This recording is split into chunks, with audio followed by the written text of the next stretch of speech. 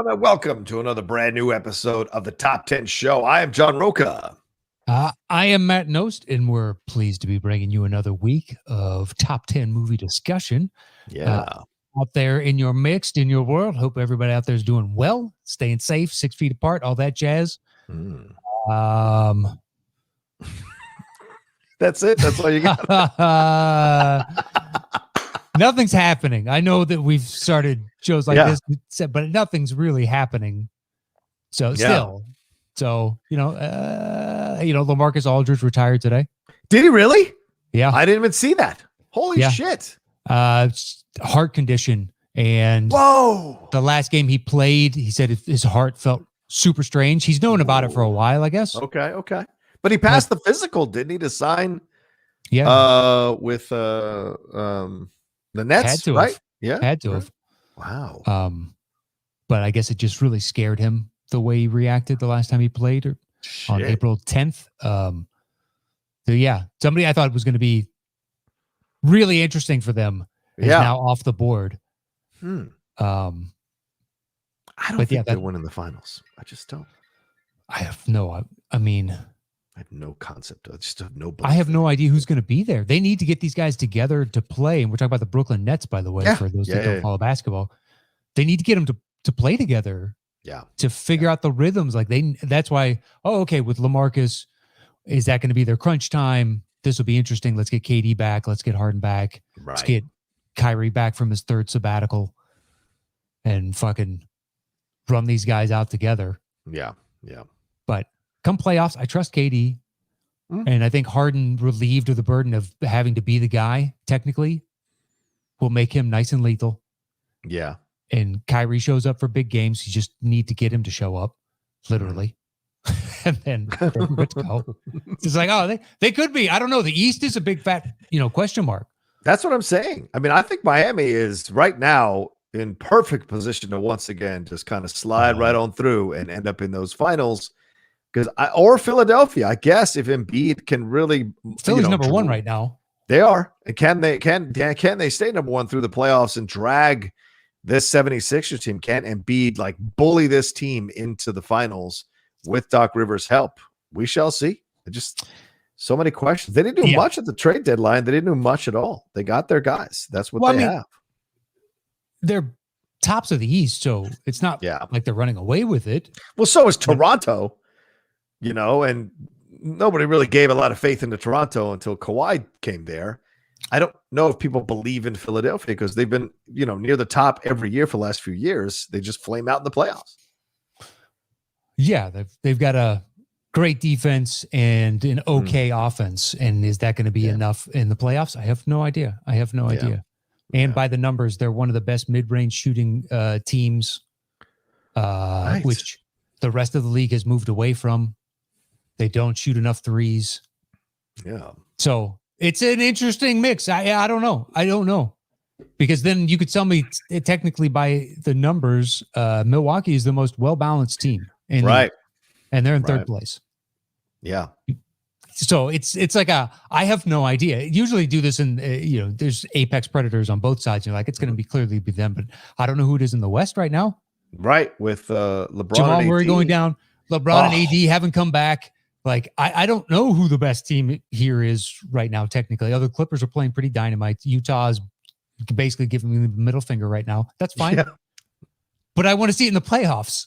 That's where I want to see it. So I don't know. It's like, this is an interesting year. But for those that don't care about basketball, this has just been gobbledygook for 2.5 minutes. I wish you did. I wish, whatever you're so... People say they enjoy our banter, even though they're not basketball fans. I know. So I just wish you could share in our shared excitement. That's true. Yeah. Or shared concern. That's for sure. Yes. Both ways. I know. We'll see. Well, if you want to swing it over to entertainment, what are your thoughts on Phoebe Waller-Bridge? This idea that she will be in Indiana Jones 5, and they just announced today that Mads Mikkelsen will be joining Indiana Jones 5. Does this excite you in any way, shape, or form to have these two way younger actors joining this franchise and being a part of this franchise? Come on, Mads is not a young man. He's younger than Indy. Harrison's like 80. Come on. Yeah, but so you want this to turn into Red 3? and you just want it to be a bunch of. No, I'm saying I'm happy that it's a younger person because Okay. Indy is so goddamn old. Sure. We just say, what is it? He's 55. Yeah, Mads is 55. I think Harrison is almost 80, isn't he? Like 78. I don't know. 70s is in my head, mid 70s. Trying to be ageist, just kind of sitting here looking at the situation. No, he is he's an old 78. man. Yes, 78. 70. Yeah, Yeah, he's an old Phoebe's man. in her 30s. But do you like this edition, or do you think it's like? Does this make you want to watch the movie anymore? Having I'm going to see the movie regardless. Okay, so either way, you're in. Doesn't matter. I will see it, even if everybody says it's terrible going into it. I'm still going to see it. I'm going to see it opening night. Right. Like, I don't give a shit, even if it's bad. I want to see the train wreck. I've loved this character for so long that I'm happy to take my money type of situation. Okay.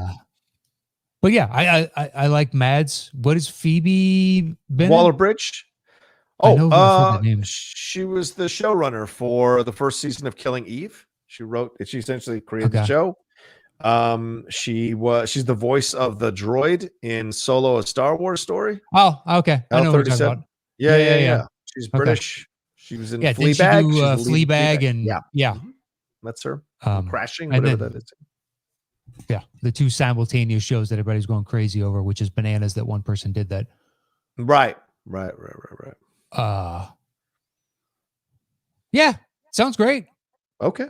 I mean, literally, what other entertainment news you got for me? Come on, Outlaw, hit me. All right, what are we talking about? Lucy Liu and Shazam 2, Helen Mirren joining the universe as well. So Helen Mirren jumping from one franchise to another, Fast and Furious, over now to the DC comic side with Shazam. Are you happy about that? Do you like that? They're going to play sisters, Greek mythology sisters. Lucy Liu and Helen Mirren? Helen Mirren, and then another young actress, let me see, Rachel something. She's going to be the lead in West Side Story. So I apologize if I don't know it offhand. But yeah, she is going to be jumping in to Shazam, Fury of the Gods. She will be a villain. Her name will be Calypso. Helen Mirren, she is joining as Hespera, and Rachel Zegler, that's her name. She will be a part of. I don't think they've announced to Rachel Zegler what role she's going to play, but they're supposedly sisters. And apparently, if Lucy Liu's a villain, I imagine all three sisters are villains, and the mythology of it. So interesting. And they're the second daughter. She's the second daughter of Atlas, so Atlas might have a part in this as well. Are you excited for Lucy Liu and Helen Mirren? I mean, excited seems strong. Just I don't have the same attachment to Shazam that I do to other cinematic properties. But sorry about that. Yep. Yeah, nothing to turn my nose up at on those. Okay. All right. I like Helen Mirren. I like Lucy Liu. Yes. I watched all of Elementary, and she is one half of that show. Yeah, she's fantastic. She's good on that. West Side Story, I obviously have not seen. So right. But this is the next young actor on the come up, so they get a few roles, and then if those movies don't take off, then we don't see them again. So she's on the rise. Okay. And if both of these are successful, then she'll be part of our lives for the next 4 to 8 years, more than likely. Right. Maybe longer. Yes. But yeah. Okay. What about you? Are you excited about that? Well, sure. I mean, I think it's smart to bring two extremely talented women onto your project. I don't know much about Rachel because I haven't seen her work. Obviously, like you just said, we haven't seen West Side Story. I don't anticipate I'm going to enjoy West Side Story or like West Side Story. No. Yeah, exactly. What a fucking. I mean, I don't know why. Well, if you're going to take on something that's won 11 or 10 Oscars, you better come with the same kind of film that's going to match that. If not, you're wasting my motherfucking time because I can just watch the original, which is incredible. But the idea of them coming in, I think, makes sense. It adds a kind of nobility, a kind of gravitas to it, for lack of a better term. But also, they'll both of them know how to play comedy without sacrificing the stakes of any scene. So I think they're great additions, and it'll be fun. And they're going to get their one-offs, their one-lines, their quips, and whatever. Oh, yeah. So it'll be fine, in my opinion, overall, to see them be a part of this thing for sure. Yeah, I can already visualize the Helen Mirren. She drops a line, and like the camera comes in tight, and there's just this. She does it in every movie at this point. She's got a good line, and let's focus in tight. But yeah, I mean, I like Shazam. I thought it was a lot of fun, and look forward to the next one. So nothing about that one, as I said before, turns me off of it. So I'm good to go. Okay. Hopefully it's great and it turns into one of my favorite, properties. Yeah, that you can enjoy. Yeah, absolutely. Yeah, I'm not rooting against it. Let's do this. But the first one was enjoyable. But it didn't stand out as like a son of a bitch. I cannot wait for the next Taika Waititi whatever after Thor Ragnarok. Right. Or, pick a lot of different options. What about the ArcLight closing? Cinerama Dome closing? Reaction to that? I mean, talk to me. Don't they just come back as the exact same company with a different name? Who knows? I mean, it sucks because that's what you assume, but you never know. I have AMC, but I still paid to see movies at ArcLight every once in a while. Oh yeah, of course. The only reason I didn't do it all the time is just because ArcLight's a little bit more expensive, and this AMC app is pretty fucking convenient. Yeah, the Cinerama Dome I found out is the only geocentric dome of its size on the planet, not in the country, not in the state, on the planet. So pretty incredible in its uniqueness. But yeah, like you. But I think the rest of the planet came to the realization that this is a really weird idea. We don't need to do this again. It's a cool one-off. It's great. I've seen movies in the Cinerama Dome, and they're awesome. That's why it's someone that's going to buy that property. We'll still be able to see movies there.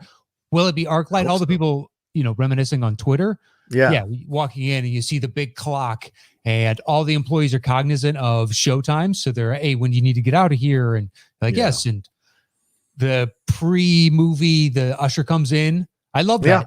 Yeah. They do a breakdown, and exits are here, and it's a lot of fun. And the ones that get into it, everybody appreciates it. Yeah. It's seeing movies with adults usually. Or people that really care about cinema. So it was nice. Right. I will miss that. But somebody's buying that location. The others probably just get folded into Regal or AMC or somebody else. Someone, one of my friends found a picture of this. Someone put "Spirit of Halloween" sign over the Cinerama Dome. We've already got a Superstore off the 5 of one of those. Do we really need it? No, do you need another one? How does that thing stay open year round? And it's fucking huge. For those that don't live in Southern California, you drive from LA down to Orange County or going anywhere south of LA. And what is that? Just between the 710 and 605 on the eastern side of the 5, which heads north-south, there's just a huge former business complex or something that has turned into one giant year-round massive Spirit Halloween store. It's crazy. Yeah. It's crazy. They have a bank of windows that goes on for like 100 yards, and every window they have a different costume. That's how fucking big this is. Like, how do you stay in business? What's your overhead on this place? Yeah, I wonder myself, But I guess people are always buying costumes for like, I don't know, for parties, for events, for performances, theater stuff. Yeah.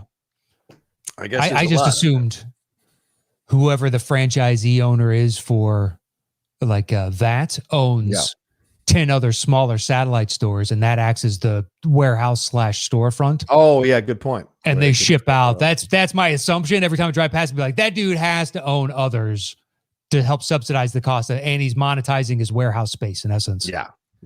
It's the only way this makes sense. Otherwise, that's a fucking drug front.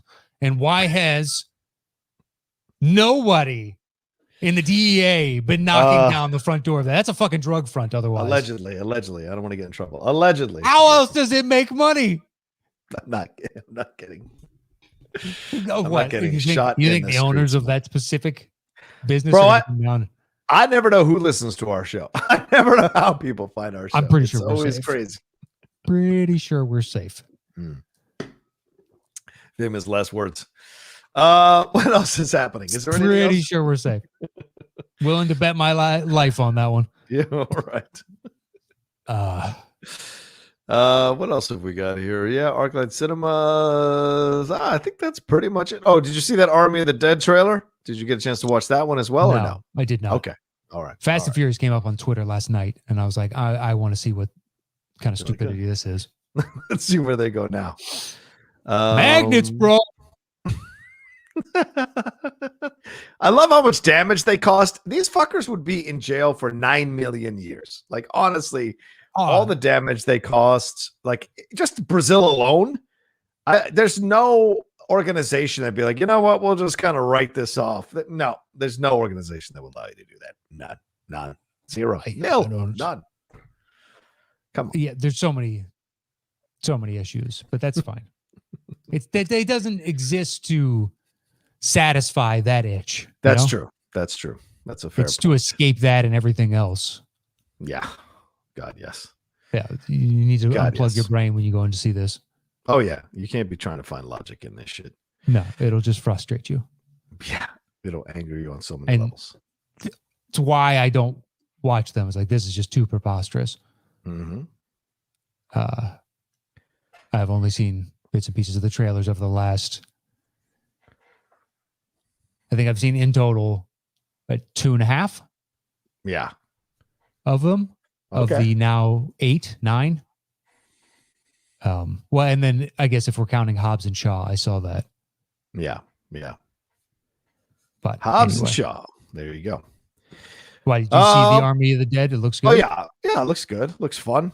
It's going to be in. I think it's going to be in the theaters in the middle of May, and then like the next week, it's dropping on Netflix. So I'm looking forward to it. I'm excited to see it. Huh. Yeah. So it's definitely a Netflix movie. So, but they're going to try and put some of it. I'll try to do some theater showings of the movie. If it's showing anywhere here in San Diego on IMAX, I'm going to go see it for sure. Explain to me the economics of that Ryan deal with Knives Out 2 and 3. $450 million. It's just guaranteed money. It's guaranteed money. These are murder mysteries, Matt. You never know what can happen. If he does the sequel and it's not that good, he doesn't make any money. This is a way of front loading the situation where you're like, okay, I'm going to pocket my money. I'm going to make my movie and then I'm done. I agree with his side of it. Yeah. From Netflix. Netflix. Side, it's about prestige, right? It's like, but you're paying $450 million for this? Yeah. Well, you've got the money. Netflix has a lot of investors. They spent $8 billion like 2 years ago on all their content to bring it over. It's all about prestige. I know, but you need to spread that around to get even more. You're in a content war. Yeah. Now that everybody's pulled away their products from you, you don't have all the Disney stuff that you formerly had, or Paramounts, or any of the rest of it, Friends, or any of that stuff. Yeah. Right. So you need TV shows and you need everything that lasts. To me, on the outside, it's like, I understand needing the Knives Out 2 and 3 type of stuff, but to invest $450 million into 2 movies, those things, I mean, if they're hits, it probably pays off for you. But if they don't, you're right. I mean, you're fucked. Well, maybe that's the way they look at it. Like, we've got all this money freed up now because we don't have to pay for Friends or Office or Parks and Rec or the Disney stuff or anything. So now we have money to spend. Let's adjust our approach to our brand and go after these like bigger name movies, these bigger name talents.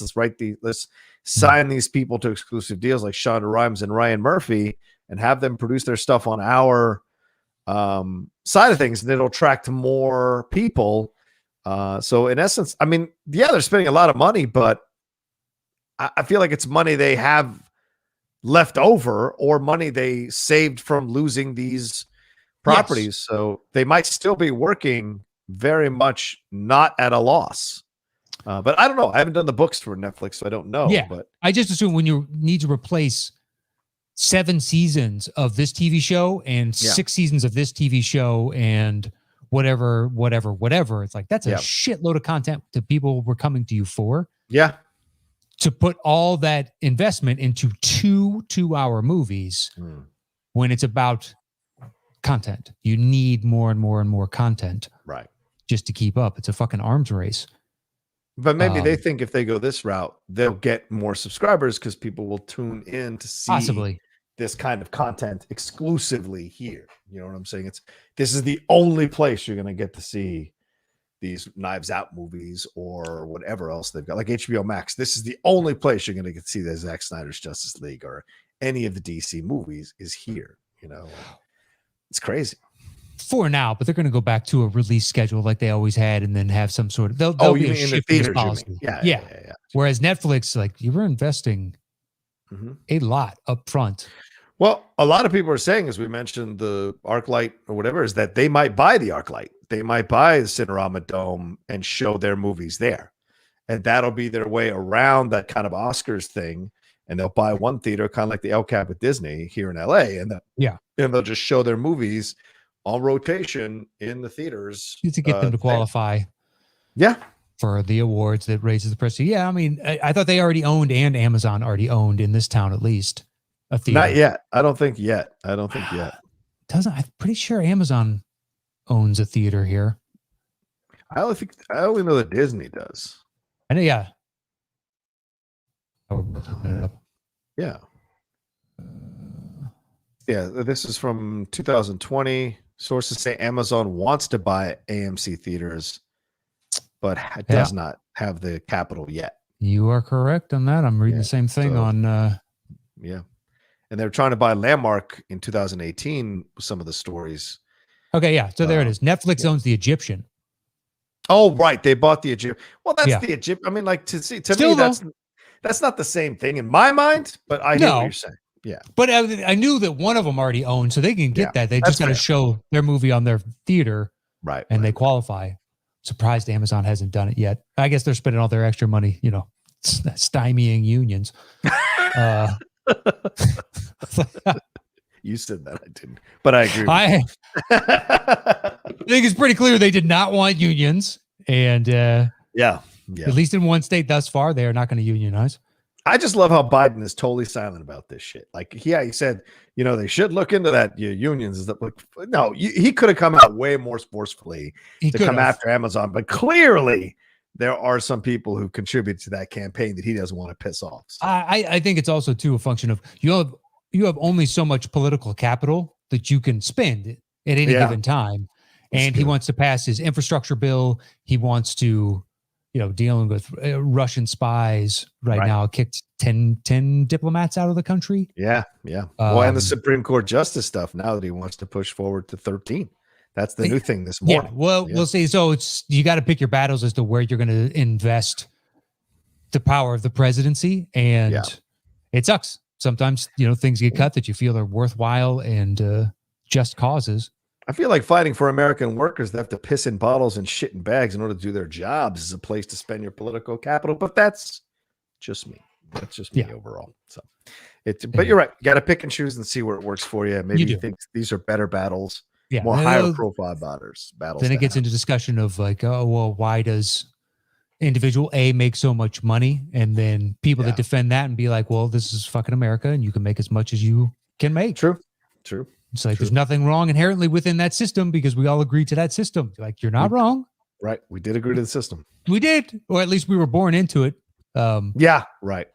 That too. But I know what you're saying, but you don't fucking see why this is a bad thing. Come on. Really? Really though? Really? Yeah. Just turned into a 12-year-old. Really? But it's just like, you're right. You're not wrong. I agree with the merit of what you're saying. I just believe we have a different view from this vantage point. Yeah. But it just comes down to you can't focus on every issue and make it a full thrust of the presidency. Right. But you just can't. Yeah. You can't. It's just then otherwise they're all meaningless. Right. Because you're spread too thin. Your messaging is all over the place. You're not hammering home specific points. Like, if people are dumb, and can you imagine trying to speak to 350 collective dumb people? Yeah, it's true. You got to repeat the same thing. No, I said this. I am saying this, and I'm going to continue to say this, and then have to come back a week later. This other guy said you said this. I never said that. Go back and listen or read. Whatever you got to do, but this is what I said, and this is where I stand. And then some other idiot. It's just, that job's got to be so great and frustrating. Sure. Just brutally frustrating. Absolutely. Yeah. I mean, I'd love to be president. At the same time, I would hate to be. It's got to be the worst. Oh my God. There's so much. Yeah. There's so much to balance and figure out where you're going to go and what to do and who to, because you're always going to piss people off. And it's like, well, who can I afford to piss off this week? Who can I afford to not piss off? And then even though you make a calculated decision and you look at all the analytics, you never see other things coming that are part of this situation that you didn't anticipate. And now you look like an idiot for wasting your political capital on that. What about, think about this though. So say as if the dude we knew was named Ted, right? And Ted is president. We got old Ted Lasso as president type of thing. Nicest fucking guy. I'd love that. Nicest guy. But for whatever reason, we all know that in the state of Washington, they hate Ted Lasso. They voted only 14% of the population of the state of Washington. So then when he has to travel there as president, even those people who have never met him, they all collectively hate him. Yeah. Hate. And can you imagine as being president, like having to travel somewhere, knowing that 90% of the people that you're going to run into wish you were fucking dead. Just maybe not actually, but just I hate you. I kind of like those odds. I like wading into that 90% of people. Like, what do you got? What do you got? What do you hate about me? What do you got? I like that. They've never even met you. They don't even know who you are. You are an abstract idea to them on some level. Yeah. So they hate you for. Go ahead. No, sorry, Matt. Go ahead. They hate you for what? Well, just obtuse. Yeah. Right. They don't actually know who you are. They just know your stances, and that's not exactly all the entirety of an individual. Right. Anyway, well, you know me at the live event in Chicago, I risk the hatred of two continents, or in London rather. I risk the hatred of two continents, or two countries in Australia and New Zealand. So, but like I don't have a problem wading into a group of people that hate you because I think there's what I've discovered being in this over the last few years on this public forum is that like. When you actually go back at people for the shit they hate you for, they actually back down most of the time. And because they're even surprised you responded. And then you have the back and forth. And most of the times they end up like seeing your point of view. They may not agree, but they see your point of view. So I would love to wade into 90% of the people who hate me in a state and be like, okay, what is your problem? What is your issue? What do you got? All right, this is the reason why I'm doing what I'm doing. No, hear me out. Don't cut me off because you're going to get hear me out. We're going to all construct it. And if they're willing to listen, I think there's a common ground, not an agreement, but a common ground that can be met. But if they're not, I love your altruism. I'm just saying. Now go to Montana where there are militia groups and explain to them why maybe an AR-15 is not home protection. And they are going to wish you dead. And it doesn't matter what you fucking say. They hate you before you got there. And they're going to hate you even more after you left. Yeah. Doesn't matter what you say. I'm just situations like that where someone is so diametrically opposed and be like, you don't even know me, but I know you want me dead. I know you do. That's fucked up. I don't disagree. That's where the job where, you have to have a constant security detail. Right. And then you start thinking about what that actually means. Well, when you see that those guys are fucking planning, kidnapping government officials, you're dealing with pretty unstable people who are just mad because they didn't win an election. And we're part of the reason as well that political figureheads need security details as a country. Oh yeah, right. We've done it a few times in the past, and we know the type of security that we should have around an individual because these are the plans that we've used. So why don't we protect against those and everything else that we can conceive of? Yeah, it's crazy. That's a fucked up thing. That is. Well, speaking of politics, our topic today certainly connects because it is the top 10 Clint Eastwood directed movies, and certainly Eastwood has been a vocal guy about his side of politics and his points of views. Famously ridiculed for speaking to an empty chair at the RNC convention one year. But I have to tell you, I met this gentleman when I did a junket, one of my last junkets for Collider, and I interviewed him for Richard Jewell. And he was one of the most incredible gentlemen, the nicest person. Mm-hmm. He stood up and shook my hand after the interview. I just was blown away by that because I'm like, I'm no one. in comparison to you, yet he was such a gentleman. And Paul Walter Hauser was there as well, and he was great. But like Clint just was so surprisingly interesting that I left that interview being like, I would love to be able to know this dude. I would love to be able to go on a Sunday, every Sunday, just hang out for a couple hours over beers and listen to his point of view in the world and what have you. And so whatever, we probably don't agree politically, but I felt that this was a guy I could have a conversation with about whatever. And I really appreciated that experience. So I'm excited to get into this list with you and talk about these movies. And I was really worried, Matt, because we've done top 10 Clint Eastwood movies. I was afraid it was going to be all Clint Eastwood movies. It would be the same list over again, but it actually isn't. So there'll be some different movies we're going to talk about for sure. Is he in some? Yeah. Yes. Right. Sure. Of course. It's unavoidable. Yeah, but there are others of those that, now I'm just not as big a fan of as I once was. Like there are two in particular, which is like, if I go back and watch that, I just don't enjoy it like I once did. Yeah, that's fair. And there's one that's going to be on your list that came up on another actor's list a couple weeks ago. Okay. I didn't make time for a 3.5 hour movie. That's fair. That's fair. Yeah, I want to. I knew when we agreed to this, I was like, not going to have time to see that this week. So that doesn't make my list. I'm sure it makes yours. Yeah. Okay. But yeah, it's a wide range, and it's nice that he, was a gentleman. He really was, dude. I was surprised. Absolutely surprised. Move. Yeah. And I'll be honest with you. I like the movie, and it made my list. So I'll just reveal that right ahead of time. I'm not going to tell you where, but it made my list. So we'll be discussing it at least on my end. So I've met a few individuals that specifically is like, oh, I'm so and so. I'm not going to name drop who it was, and I just every time I'm like, that I know, but I appreciate the fact that you're acting like we're strangers. Yeah. Hi, I'm Matt Nost. Just right back at him, which is like, I'm going to treat you like the fact that I don't know who the fuck you are. That's fine. I have zero problem with that. I cannot fanboy out. This is easy. But you do. There are moments where you're like, I really want to ask about this though. What about this? Yeah. But I won't do that. But yeah, to stand up, shake your hand, treat you like a man. Thank you, sir. I appreciate that. It's awfully kind of you. Yep. Once we set a topic, we go our individual ways and create personal top 10 lists. Show back up here. I do my bottom three. He does his bottom three. I do my next two. He does his next two. Then we trade one apiece. Once we have revealed our personal top 10 list, we create the shows between the two of us.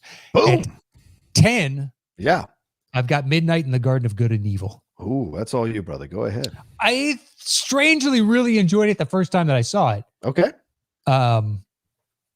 Because I think now other people's perception of it has colored. Oh, right, because of spacing and what have you. Yeah. Yeah, and people tell me that it was just fine. It wasn't that good, and be like, really? I remember liking that. Okay. The best, in hindsight, looking back at it, Spacey playing a Southern gay guy really works. Okay. Well, I didn't know that he was gay at the time. Right.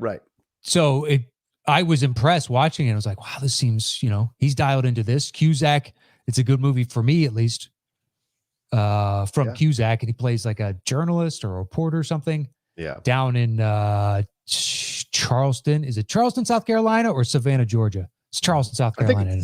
Maybe it is South Carolina. I thought it was Savannah, Georgia, but. Is it Savannah, Georgia? Let's see. Let me take a look real quick as you talk about it. But it's somewhere that has like its own uniqueness, like New Orleans or something, and a vibrancy that's emblematic of or representative of like a picturesque South Savannah. On some level. Savannah, it is Georgia. Savannah. Okay. So yeah, Savannah has got its own vibe to it, and I appreciate the setting of it. And it becomes a murder mystery as to whether or not one character, I don't know if it's a spoiler or not, but I won't say what that character is, murders another, and did that individual do it or not type of thing. And Cusack is this fish out of water, so he's representative of us, and he just interacts with all the various characters in this story. And it's an easy way to implant us into generational kind of ties between people. Yeah. Yeah. So yeah, I liked it for all that. It felt very nuanced to me and subtle and mature. And I thought the movie was good. I think other people's perceptions telling me it's just okay is why it ends up at 10-ish. Okay. All right. But I liked it. I would say go see it. It's our list separately. So yeah, man. Yeah. What's your 9? 9 is Gran Torino. Let's see, where's that on mine? That's my 8. Yeah. Perfect time. Dude. What a film. The embodiment of an old pit bull. Just get off my lawn. Right. The younger actors are sometimes hit and miss. Okay. Because they're all just, he grabbed random people from this community, cast from this like specific community, and some of them were good. Yeah. But I went like, there was a young guy who's, if memory serves, was like, I'm glad your lines probably as finite as they are. But he is really mesmerizing and plays this, character that is standoffish towards them at first and then slowly becomes their protector, like he always was. They're part of the neighborhood, and it's kind of like his loss of identity and actually a regained new one. Yeah. I like the movie. I think the movie's even more topical now. Obviously, as we've had even more stronger debates about immigration, about people's communities, about what it means to be an American, the idea of color, race, all of that being factored into these situations now. The older, whiter generation being afraid of being overrun, all of that kind of plays into this movie. But it's a movie that deals with it head on. And this is another reason why I think why I respect him as much as I do. Even when he handles political stuff, he's very straightforward. And he's very much like, boom, this is what I'm saying. Would be honest about the interpretation and the presentation, right? He could have easily made this dude a crusty old hero, made the Laotians, the people from Laos there that he is encountering, like just dumb or worship him. But it's actually really interesting to see their racism compared to his racism, but it's not born from that. Their racism is not born from necessarily wanting to not be around white people. Their racism is born of a fierce desire to protect their culture, and their unwillingness to kowtow to anybody.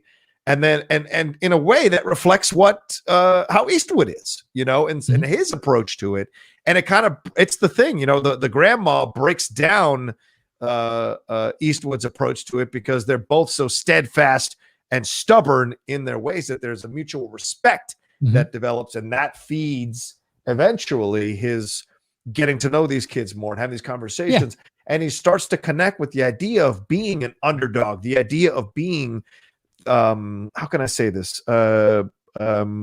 Constantly counted out or dismissed or overrun and what have you. Because the thing that's unique about America is we think we're the number one country in the world, yet we also want to play the underdog at the same time. It's one of the most confusing things ever about this country, but it's ingrained in us from birth. Well, we're cast-offs from other countries. Well, yes and no. A chunk of the population is. Yeah, they left. Right. They left on their own volition. Right. Yes. Right. The early settlers, and then other people were dragged here and changed. Exactly. Forced repatriation, so to speak. So to speak. Yeah. And then others came over. But I mean, just waves of. So it's like looking around, and this is where I can make something of myself. You don't see how great I am. So that's all, like, the underdog is kind of built into us. That's what I mean. It's a unique thing about this country. It's incredible, and it works. It really works.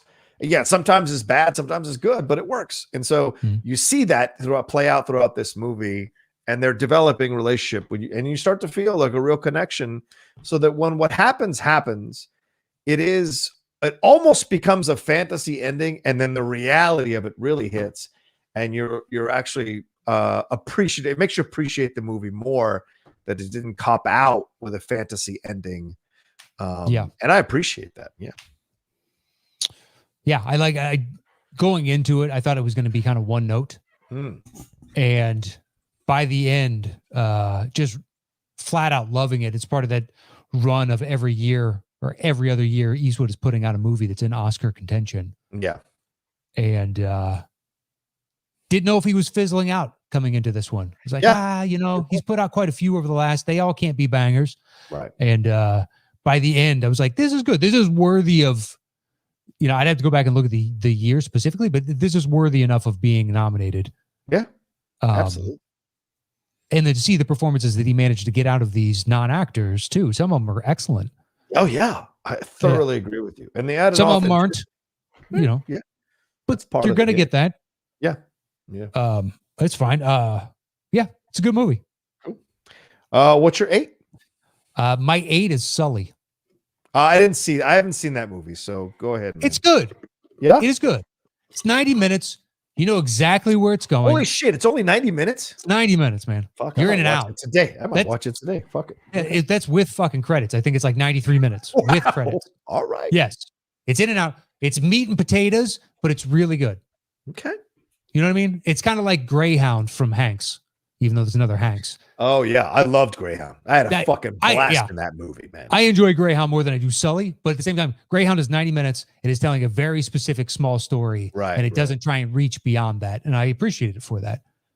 Plus, it's interesting. Like when have we ever seen a movie from a destroyer's perspective? Yeah, right. Never happened. Yeah, it's usually the sub dealing with the destroyer and not the destroyer being like, where is it? Where is it? Yeah, where is it? That's got to be brutal.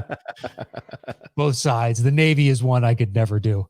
Yeah. And I've got numerous friends and family in the Navy, and just like of all the armed forces to choose, that's the one. We're like, no, thank you.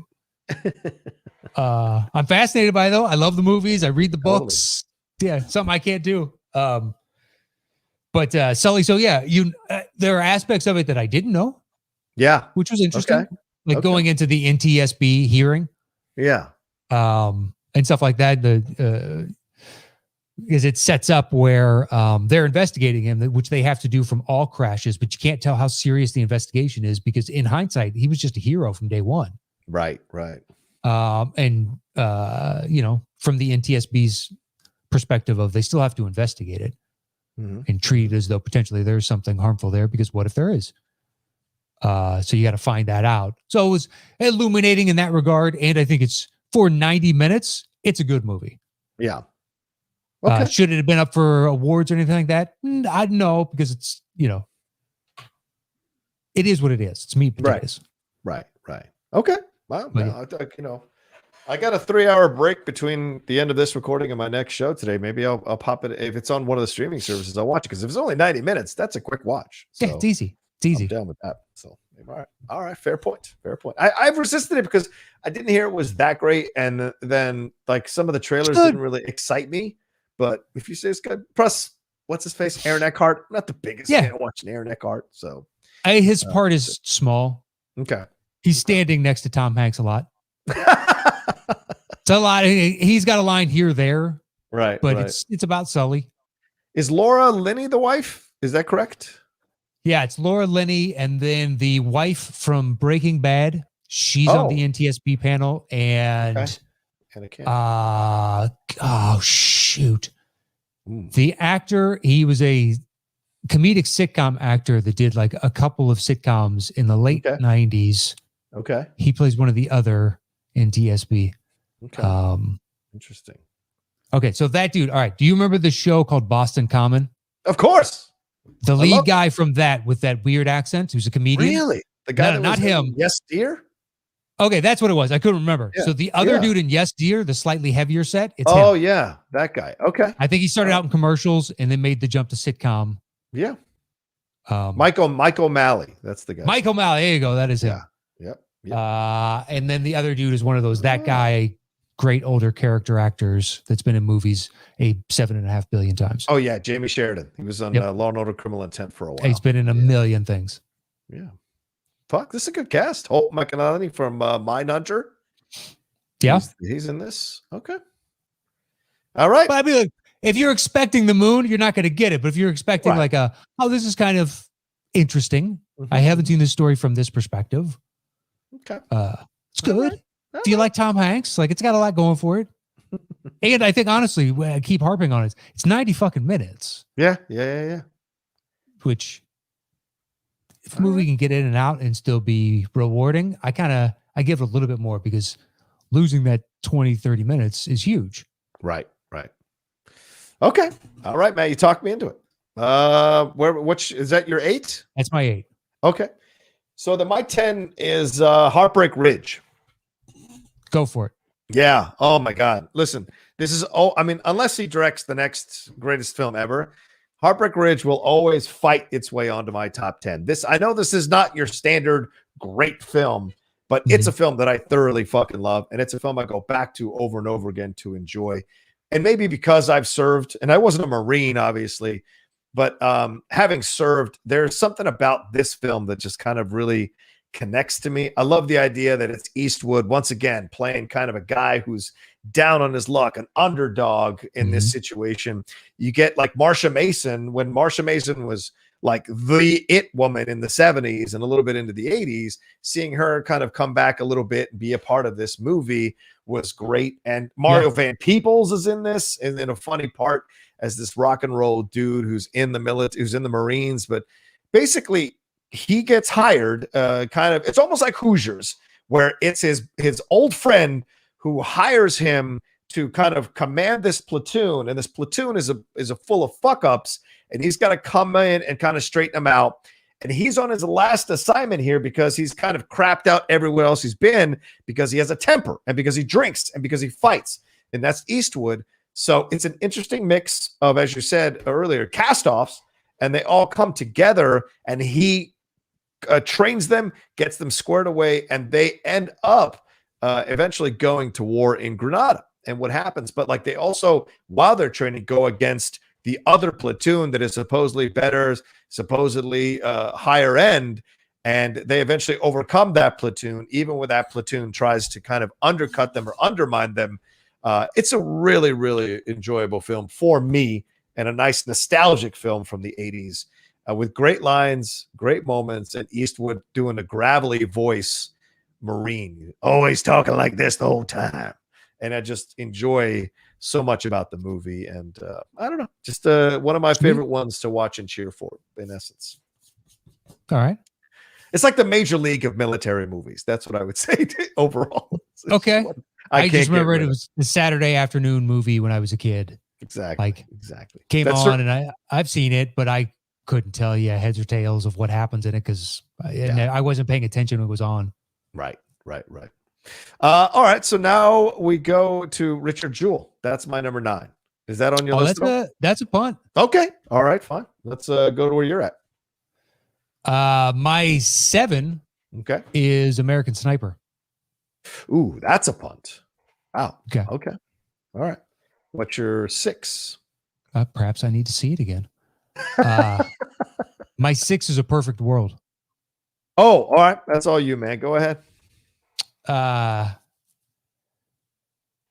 So I know during the duration of the years we've been doing the show, I've seen it again in that because it doesn't matter. I watched it again, and it's a solid performance from Kevin Costner. It was like after his apex, you know what I mean? Yep. And he backed off of doing all the directing and producing and whatnot, and we were still collectively pulling for a Kevin Costner and him in conjunction with Clint, but I don't recall it really doing all that well at the box office or award season or any of that jazz.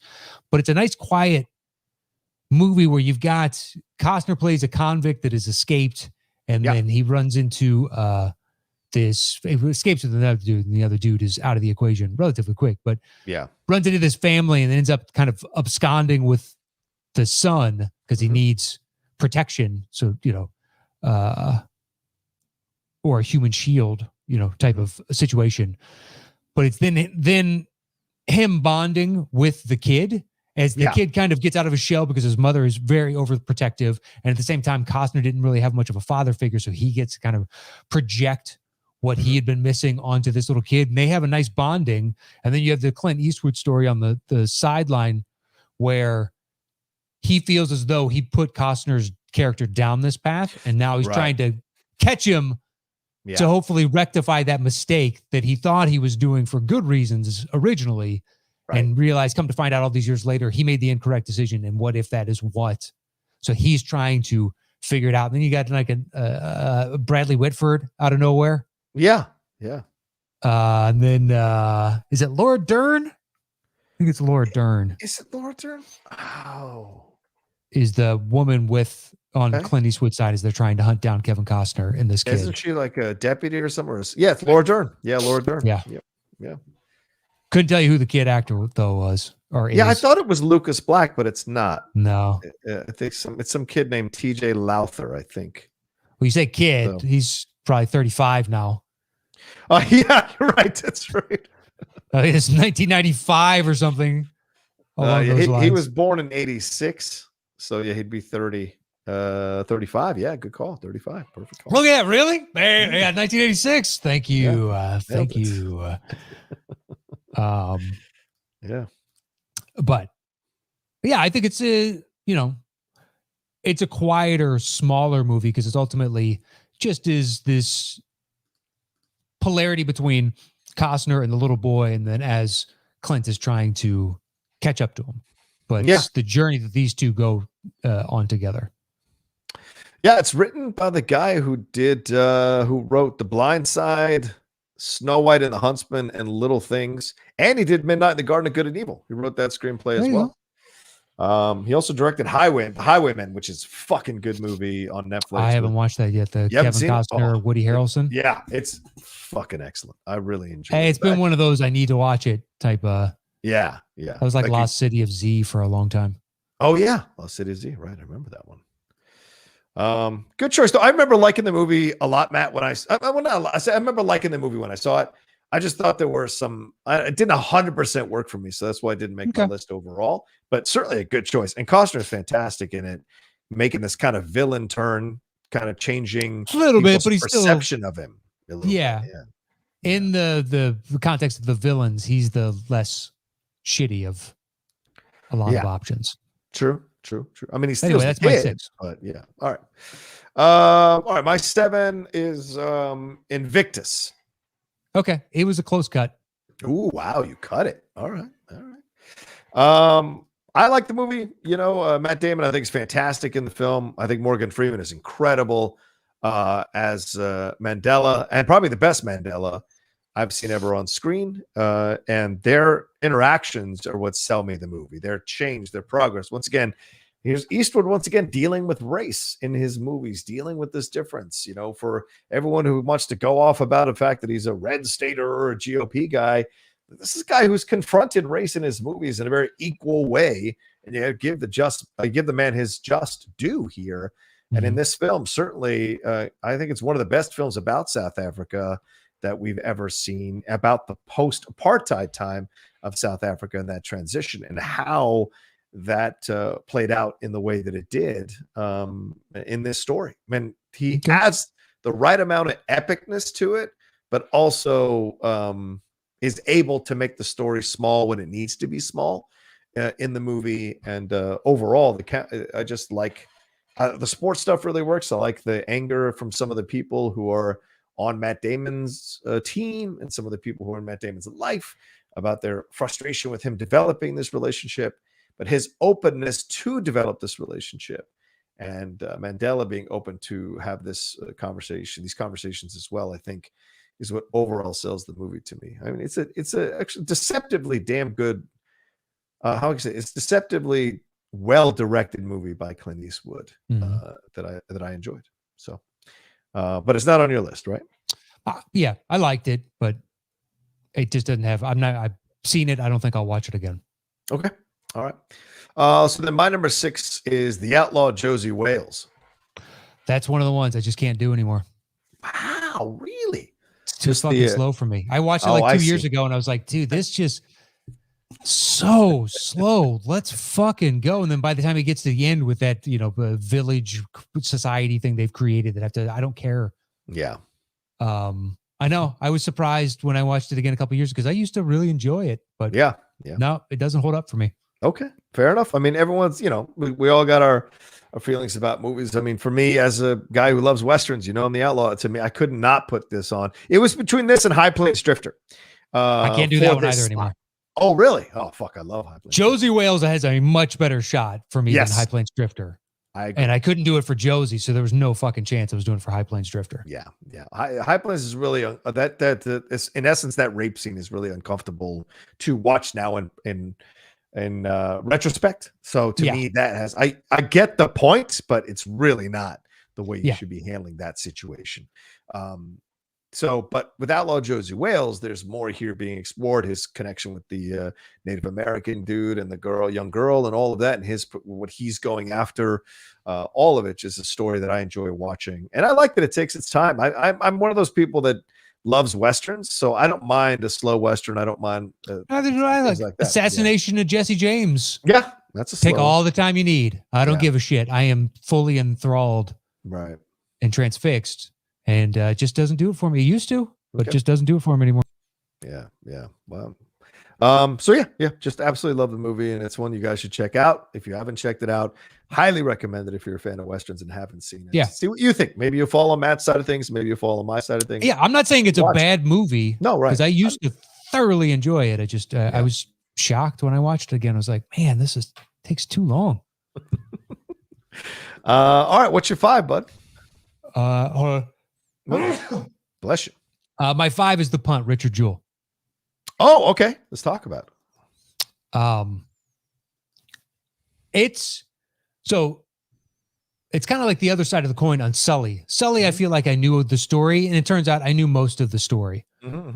Richard Jewell, because I was so much younger, I only knew the broad strokes, and I didn't know a lot of the discussion of what happened to him behind the scenes, and the fact that he was railroaded by the FBI and the press. As hard as he was, I thought there was some genuine bless you. Thank you. Like there was some merit to it on some level. Right. But ultimately when you watch it and John Hamm at the end is like, I still think it was you. It's like, yeah, but because I believe it's because you don't want to be wrong, not because you genuinely feel that this individual did it. Right. And how destructive that was to him in the early onset of now we know what to expect. And he was one of the first broadsides of CNN is new. This is post Persian Gulf when CNN went from nothing to 24-hour coverage of a war. And we all tuned in because we'd never seen anything like this, and became part of a staple of our life. So to have a news story where they could be followed now 24 hours a day, 7 days a week was not something we were conditioned to, but I was, as a younger kid, immune to quite a bit of it because it just didn't percolate up to my level. I knew the man's name. I knew the event, but it didn't detract from my enjoyment of the Olympics because, I was, 11 or 13 at the time, 12. So to go back and discover all this about him, and that actor is fantastic. I loved him in I, Tonya. Yep. Paul Walter Hauser. Yep. Yeah. So I think he's great. I hope he continues to work. And then Sam Rockwell is always great. Kathy Bates is always great. Yeah. John Hamm and the second actor that plays the other Fed with him, wasn't he like a sitcom actor? Didn't he do? Maybe. Oh, let me see. Because I know Olivia Wilde's in it as well. Yeah, Olivia Wilde plays the reporter. Yeah. Myself. Yeah, who is it? Who is the guy? Right. Sam Rockwell, John Hamm, Paul Walter Hauser. Ian Gomez? Yes, Ian Gomez. Okay. On the Drew Carey show. Oh, yeah. Felicity, My Big Fat Greek Wedding. Right. Yeah. So seeing him, you're like, dude, aren't you like a sick? Good for you. That's also what I like about Clint. He'll do shit like that where it's clearly either someone whose work they enjoyed or he met over the years at some party and whatnot. Hey, come and do. He's got all these castings where it's like, I haven't seen that actress for years, or that actor, or whoever the case is. But yeah, it was sitcom actor. There you go, Ian Gomez. Yeah. Wouldn't have known his name for $1 million. Yeah, I mean, I'm in the same boat with. I enjoyed the movie. I ding it a little bit because I do kind of understand people's complaints about what they did with Olivia Wilde's character. And I get it. And I, like I have to concede a little bit on it. At first I was really against the criticisms when I did, but then when I did a little more of the research and found out, yeah, this woman can't really defend herself. This woman died like, to I don't know what the evidence is that she slept with this FBI guy for information. It's not unheard of. And if you go back and watch multiple movies and even, watch multiple, you'll see that, reporters sleeping with sources is not something that's out of the realm of possibilities. And I think if people are being honest, some of these old school reporters probably did that, male or female, because they're ambitious and they want to get the story. So I thought that the film, the only reason I had an issue with that is because I guess now is that because that woman did die and didn't have a chance to kind of defend herself and push back on that. Yes. Some of her former editors did say that she didn't do that. So they were kind of upset about the portrayal. Of course, because it would besmirch the reputations that they created for themselves as well. Or they were telling the truth. One of the two, certainly, or a combo of both is possible. But the portrayal of her not being well liked within the office, especially by the other female reporters, that was pretty much clear, true, right? That's what I saw. Yeah. So those individuals, they're giving their perspective of, oh, she wasn't well liked. She was especially, mean to X, Y, and Z. Right. So they hear enough background on that, so they tailor the character to try and represent that. That's a guess. I don't know. Yeah, possibly. But trying to cobble together. Overall, I think the film is fucking stellar, and I enjoyed it, and I really like Paul Walter Hauser's performance in it. And I loved Kathy Bates's. I love that she was nominated for it, and I wish they had gotten a nomination for Paul Walter Hauser as well, because I really enjoyed his performance overall. I don't know. Yeah, go ahead. What? I'd say I if we're going to say he needs a nomination, I think I, Tanya. Yeah, sure. I mean, he stole every scene he was in effortlessly. You're right. He was great in that. Yeah. Whereas I don't think Richard Jewell is showy enough. Oh man. To be to win to get a nomination for best actor. I thought, I get you, but I thought so. I thought he did a really great work in that. Oh, he did. I just don't know if the character transforms so severely and whatnot. Like you go on this huge journey. It seems as though most of it is thrust on him, and then eventually he slightly pivots to that final interrogation when he asks them, like, do you have anything? That's awesome. Right. It's an excellent scene. But there is something in his, like, not exploding, not getting upset. There's something in the navigating this situation that feels authentic and real. And as an actor, restraining yourself, but still playing the feelings on your face is a real gift and ability. And I think he does a good job with that, so that when that moment happens at the end, it's even more satisfying and powerful. And I thought Rockwell should have been nominated too. I thought Rockwell was great in this thing. But I don't know how I feel about John Hamm, to be honest with you. I don't know where I fall on John Hamm anymore. Like, certainly Mad Men, fantastic. When he does comedy, he's good. But the drama stuff I don't know. Outside of Mad Men, it doesn't really affect me. Like, in The Town, he's kind of a joke. And in this film, too, he's a little bit of a joke. So it's weird. It's weird. Yeah, him playing stern, like authoritarian like that, it doesn't work. Yeah, he's not a scary guy. No, I know it's like intimidating guy. When he tries to do that, he has a couple different faces with his eyes. Yeah. I agree. But he seems so charming and nice. Of course. That I want to, I'm not mad he's in it. I just, I agree though. It's kind of hard to quantify what exactly isn't working, because we got to know him as this type of character. Yeah. I wonder. I wonder if there's another thing out there, another series out there for him to kind of like come back and play a little more of a dramatic thing, or if he's just fine. I mean, I don't know financially where the dude is at. Maybe he took that Mad Men money and he invested it wise, and he's fine. Maybe it comes from money, because I don't see him appearing too much. No, I would imagine the Mercedes money and the other stuff he does VO for makes him a huge chunk of change. Good point. Mad Men, I'm guessing he didn't make. I mean, he made good money. I'm not saying he made bad money, but he didn't make network money. He didn't make, like, the first few seasons, it was critics enjoyed Mad Men, but nobody watched it.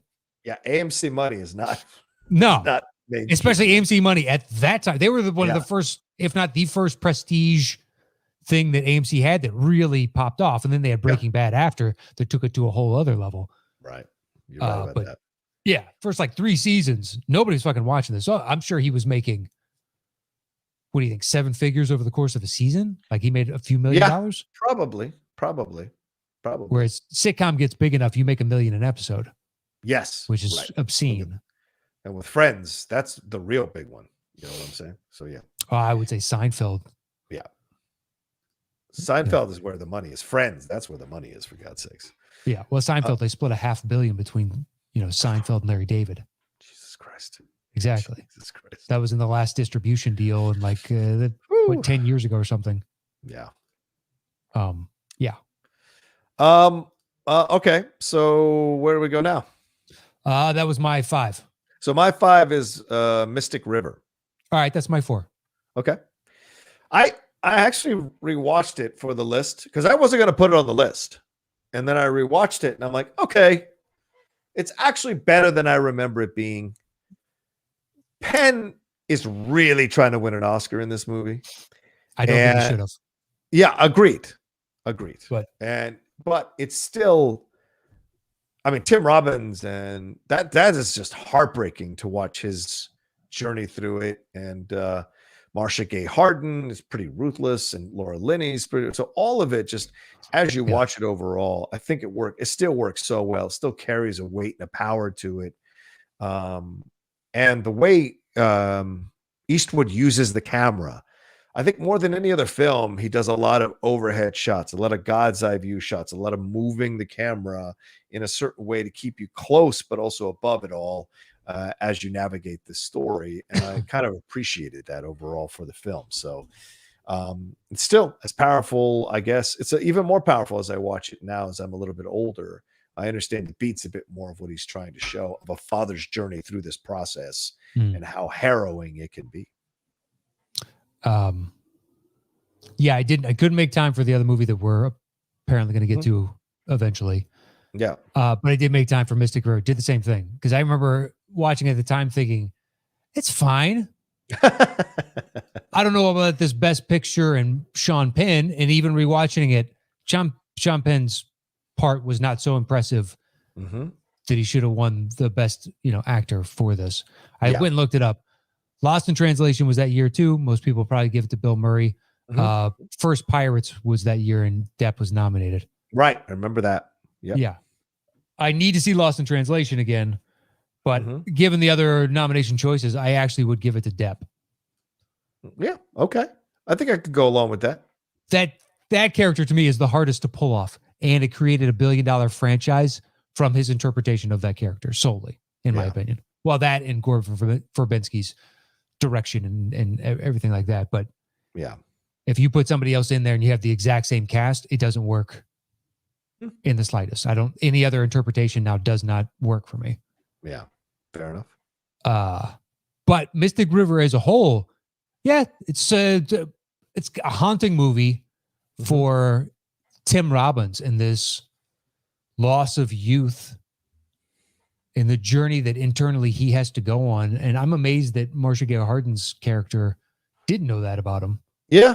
Good point. That kind of blew me away. I was like, oh, wow, really? How did this not circulate around the neighborhood and everybody knew this about Dave? Right. Especially when you're, cousins with Sean Penn or cousins with one of Sean Penn's best friends. Yeah. It was like, this had to have come up. Yeah. And maybe it does in the novel. And they just adjusted perhaps it for it the does. film. Yeah, maybe they adjusted it for the film. Or maybe perhaps I misunderstood it because it's also the scene where he tells her the 2 names. And he's like, I've never told anybody that. But pretty sure right after he says that, she's like, what? What is this? What are you talking about? Yeah. But she is great at the end on the sidewalk. Oh, my God. Her that alone and the desperation in her eyes, and then Laura Linney looking over and being like, you fucking made this bed. Yep. And you're like, I don't know if you could stake the moral high ground, but I know what you're saying. But she's ruthless. They're Laura both. Linney in the movie. Oof. Yeah. Marcia Gay Harden thinks she's doing the right thing. Laura Linney is just a fucking tiger. Yeah. It's a mama bear going crazy. Yeah. For sure. Yeah. No holds barred. So it's just like your assessment. It is much better than I remembered. Yeah. Yeah. All right. What's your 4?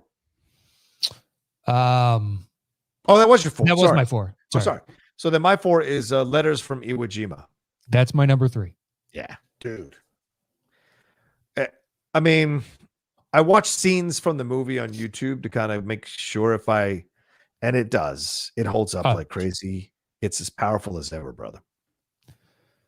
I wish on some level Flags of Our Fathers didn't exist. Yeah. No, you're so correct, because you can't help but think about that film. As much as you appreciate Letters from Iwo Jima, you have to go like, yeah, but then there's that terrible counterpart. It's like, well, it's part of this compendium. Yeah. Of it's like, and Flags of Our Fathers isn't like the worst movie ever, but it aspires to something that doesn't even come close to attaining. And then Letters from Iwo Jima comes out after that, and it's the flip side. It's a much quieter, somber, smaller story in the midst of this huge worldwide event. And it's this tiny little sulfuric fucking island that is utterly meaningless outside of, you could put an airstrip on it and it becomes a base. Yeah. Yeah. And, you need to protect either your island or your troops coming in behind you from the US's perspective. So this patch of almost meaningless rock any other time in human existence becomes so vital. But it's just them knowing this huge tidal wave is coming on this small little island, and the tension and release of that, I think is beautifully done. Yeah. Agreed, 1,000%. The letters, the acting, the construction of this film, overall, the look, the colors that they use, or the dearth of colors that they use at times to kind of convey the desperation and the fear and the universal human experiences and emotions that they are going through on the precipice of war, and casting this incredible Asian cast to play these parts to really help you feel the weight of their experience. And this was the enemy. But they are soldiers who took the job, or part of the, to make money or to live a life or to do some kind of something that in their culture is noble and be a part of and represent their country. And they're in this war, so they have to fight on this side. And it's a great kind of like, it's a ballsy. Once again, here's Eastwood showing you a different perspective on something that we've held so fast as a stereotype. The Asian people were bad, the Japanese were bad at that time. And it's like, these are human beings who got into a war, and from their point of view, they have this perspective and they have a job to do. Yet they love, they fear, they worry, they fight, their loyalty, their friendship. It's all there. And we as human beings can connect to that. And I thought the film does a really great job of conveying that. Yeah, not always are troops the embodiment of the policy. Yeah, not always. Sometimes they are. Sometimes they are. Like what the Japanese did in China during that time. Yeah. Atrocities left and right. But you could also say the difference between the SS and a random U-boat individual. The U-boat is, potentially has no idea that those concentration camps exist, and they feel like they are just out defending their country and from the, whatever the case is. Yep. You're not necessarily the worst policies. Sometimes, though, you are. Yeah, sure. Sometimes. Certain individuals specifically sign up for duty like that. Like, okay. But in this, it's just, they're protecting a small, meaningless little island that has tremendous military significance, and that's about it. Yeah, that's it. That is literally about it, man. Iwo Jima is nothing out in the middle of nowhere. But it just gives the U.S. an easier airbase to get into potentially than firebomb and nuclear bomb the living shit out of Japan itself. And these guys are also soldiers for the emperor, and the emperor is a not quite living god, but it exists on a different plane type of thing. So there's a fervency that for your democratic troop may not be there as much. And you grew up with this from birth. Yeah. Like you were conditioned to believe this from birth. It's so easy for us on the outside to look at that and go, why don't you see the mistake you're making? And it's like, no, you condition that to believe that from birth. A common gift, at least so I've read, to Japanese soldiers upon leaving World War II from their mother and father was a small sword to commit suicide if they were ever captured or failed at their task. And that was like, basically, you are protect us all. Like you are out there. And it's like, Jesus, that is indoctrinated in them before they've left. Yeah. Yeah. It's a cultural pride and heritage to sacrifice oneself for the good of all and also the emperor. And you're like, that is a different ethos and understanding of human existence than your enemy. Yeah. So anyway, to see a movie from their perspective, and then after Flags of Our Fathers came out, I had no expectations, and then everybody's like, this was good. They were correct. Yeah, less said about Flags of Our Father, the better. All right, so that was your 3. So then, yes, my 3 is American Sniper. Oh wow! From earlier, yeah. Okay, I like this movie, dude. I really, really enjoy Bradley Cooper's performance. I think what you see here is the preview of what we're going to see in A Star Is Born, and I just thoroughly enjoy watching him in this movie. They even made me care about Sienna Miller, and I don't really care about her as an actress. And I thought she was damn good in this movie. And I like the journey. It's a real story. And of course, the outside stuff, and people can, whatever, all that. But I'm talking about the movie. And I like the journey that he goes on. It mirrored a lot of my feelings after certain events in this country. Like after 9/11, I almost signed back up again. Certainly had those feelings. Of course, his is after I think the Oklahoma City bombing is when he joins, but the 9/11 stuff affects him to come back and all of that. So his progression through it all, and his struggle with it, and again, this is what's so great about Eastwood as a storyteller and as a filmmaker is he takes these stories that could easily slide into conventional approaches and challenges you to look at this guy, warts and all, and navigate your own feelings as you're watching him do the things that he does. And I think he does a really great job with this movie, with the cinematographer in the movie the cinematographer on the movie is incredible. The look of it, the story, and then of course the sad ending. So those are the things that sell me on the movie. Bradley Cooper's performance just really gets inside me as I'm watching it.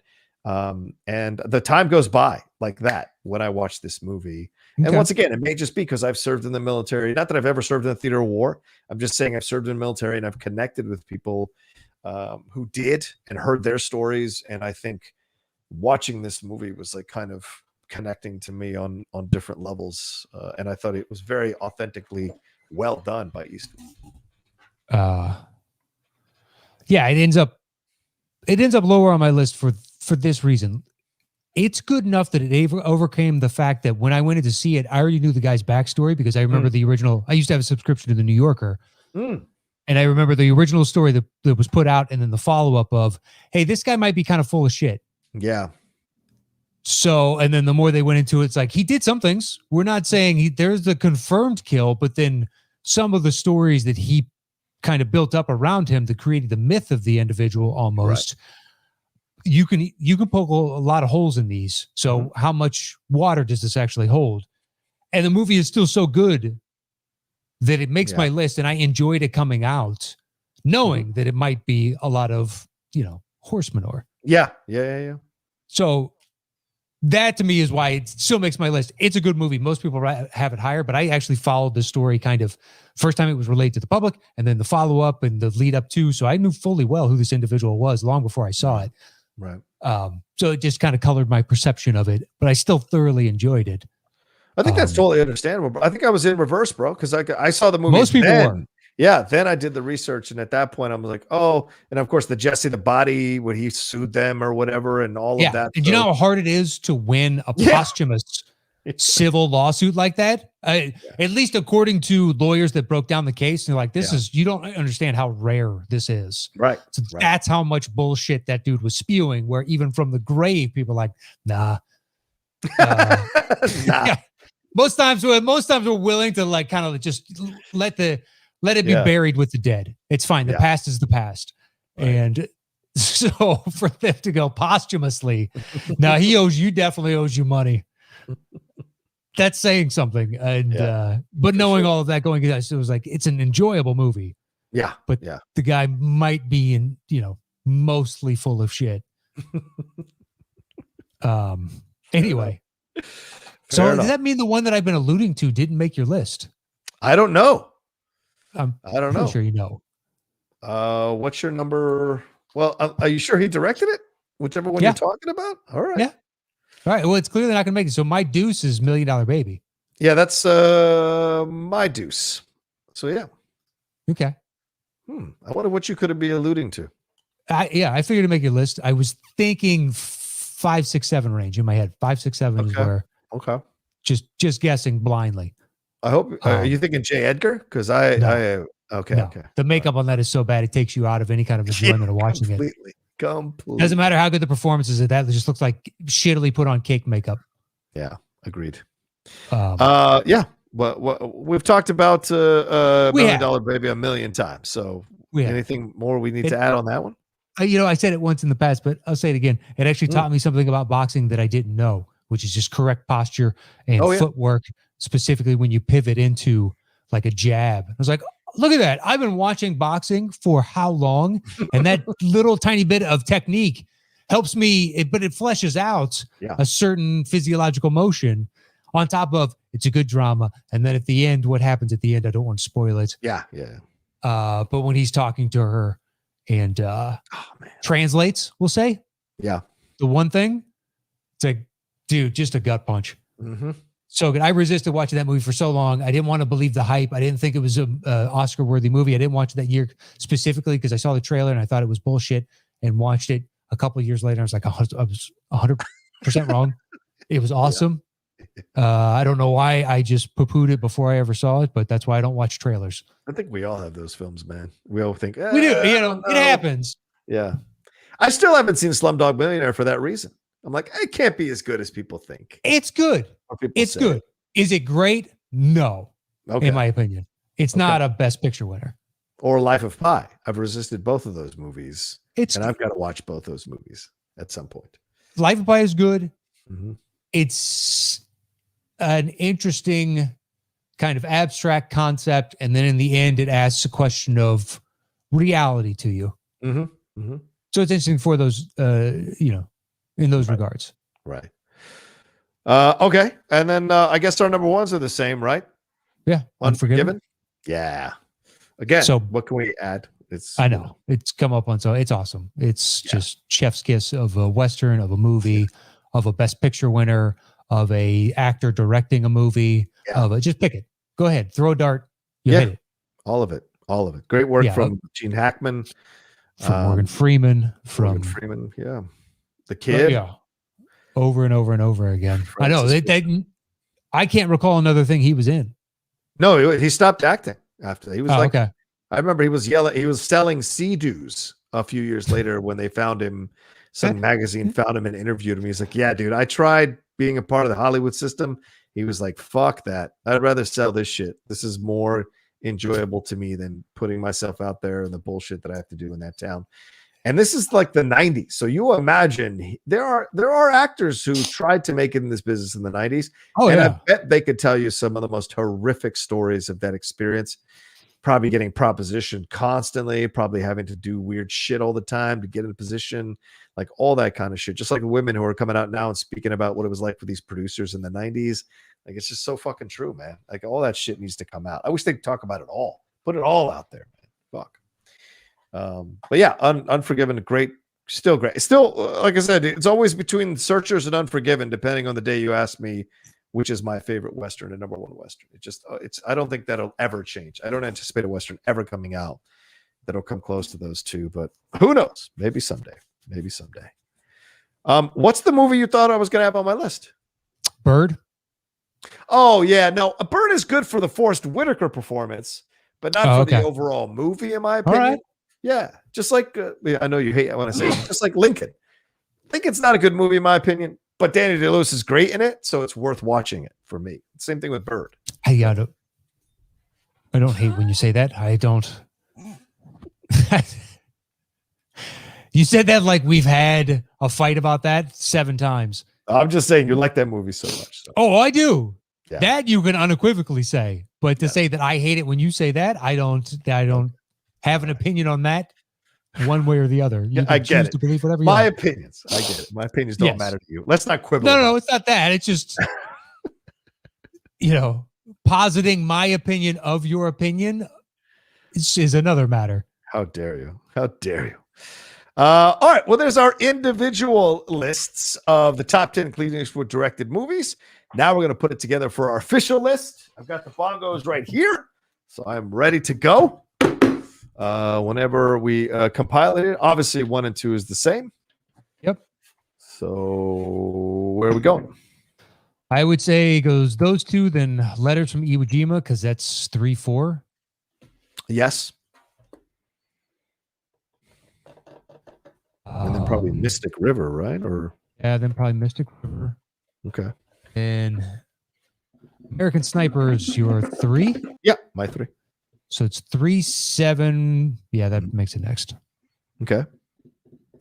Then I would say Richard Jewell. Okay.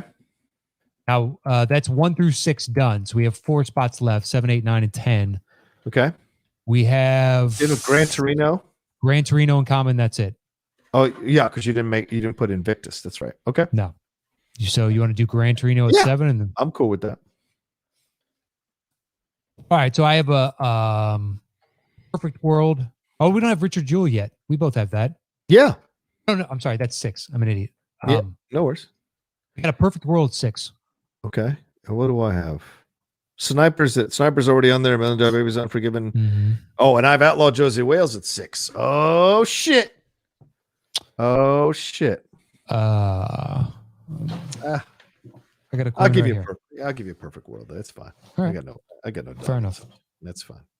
Outlaw Josie Wales at 7. There's already a Western at number 1, so that's all right. All right. I have Invictus at 7. Do you have anything at 7? Fine. So Invictus it is. Okay. Cool. All right. There we go. All right. Let's do this thing. The top 10 Clint Eastwood directed movies. Yeah. At number 10. Invictus.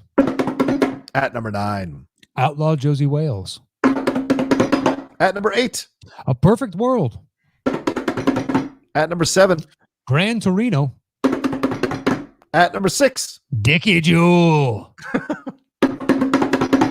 At number 5. American Sniper. At number 4.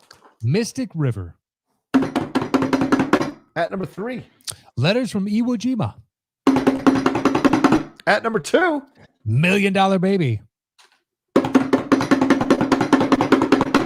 And our number 1 top 10 Clint Eastwood directed movie is Unforgiven, which was unsurprising. Deserves got nothing to do with it. That's right. It's a masterpiece. Go watch it today if you haven't seen it. Hell yeah. Hell yeah. There you go. All right, a lot of fun for this list for sure, and thanks to everybody for listening to this episode or downloading this episode off our podcast feed. You can always do that. Some of you may only watch us on camera on YouTube. Our podcast feed is there as well. Please subscribe. Double up on the week. Yeah, come on. Leave a review. Leave some stars. All that kind of stuff. Do all that kind of stuff. And if you're watching us on YouTube, leave a comment down below. Leave a like. Share it on your social media. That helps us overall spread the word of the gospel of the top 10, for God's sakes. And for those patrons listening, next week will be our next live show. So please join us on that. Yeah. The link will be posted over at patreon.com/the top 10 with the number 10. And it is for those individuals at $10 and above. So please join us. It happens at noon Pacific.